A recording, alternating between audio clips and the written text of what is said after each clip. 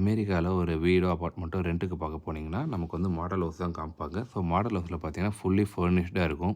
Living ரூமில் sofa, TV, சேர் எல்லாமே போட்டு வச்சுருப்பாங்க. அதே போல் இப்போ நீங்கள் பார்க்குறீங்க இல்லையா, பார் ஸ்டூல், அதே போல் கிச்சன்லேயும் சில ஐட்டம்லாம் செட் பண்ணி வச்சுருப்பாங்க. எதுக்குன்னா நமக்கு ஒரு ஐடியா கிடைக்கும். ஸோ இந்த இடத்துல இது வைப்போம். ஸோ இது வச்சா நமக்கு இவ்வளோ இடம் யூஸ் ஆகும், இவ்வளோ இடம் நமக்கு இருக்கும் நம்ம மற்றதை வைக்கிறதுக்கு அப்படின்ற மாதிரி ஒரு ஐடியாவுக்காக. அதே போல் ஸ்டோரேஜ் வந்து டோர் போட்டு நிறைய இடத்துல வச்சுருப்பாங்க. நமக்கு ஈஸியாக ஆக்சஸபிள் பண்ணுற மாதிரி.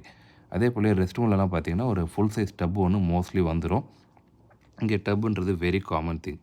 ஸோ இப்போ நம்ம மாஸ்டர் பெட்ரூம்குள்ளே என்ட்ரு ஆகிறோம். ஸோ பார்த்தீங்கன்னா தெரியும் உங்களுக்கு மேட்ரஸஸு, ட்ரெஸ்ஸிங் டேபிள், 2 பக்கம் பெட் சைட் டேபிள், லைட்டு எல்லாமே பர்ஃபெக்ட்டாக வச்சுருக்காங்க பாருங்கள். அதே போல மாஸ்டர் பெட்ரூம்லேயோ இல்லை எந்த பெட்ரூம் போனாலுமே உங்களுக்கு வந்து ஒரு கிளாசெட் இருக்கும். அது வந்து வாக்கிங் கிளாசெட்.